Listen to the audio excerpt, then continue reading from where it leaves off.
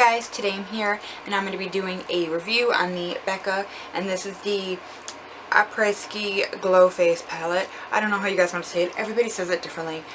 First things first, I absolutely love this. Let's just get this right off the bat. And if you guys did already see, I already took and filmed in the same day the ColourPop. This is the Give Me More highlighting palette, and I will touch base with these two together in a moment. But I absolutely love the packaging. It's stunning. It's mirrored. It's got these cool like trees and like crystals. Huge mirror on the inside, and the whole palette is mirrored.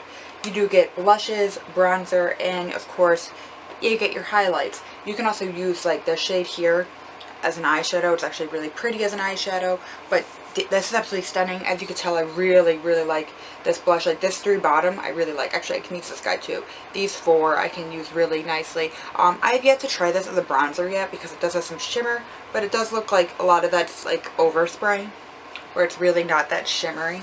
And I have used this as an eyeshadow before. I absolutely love this palette. I think it's gorgeous, and I believe now it's on sale at Sephora, so check that out. I think it's totally worth it to get it on sale.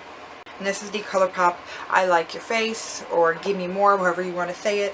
And here is the Becca. Now there is some similarities, as you guys can see. Totally some similarities. There's a huge price difference. But do I think you guys need both? No, I think you guys could honestly just get this and be happy, unless you wanted more of that blush and bronzer shade, because these ones won't show up like that pigmented type of shade. However, these are both gorgeous.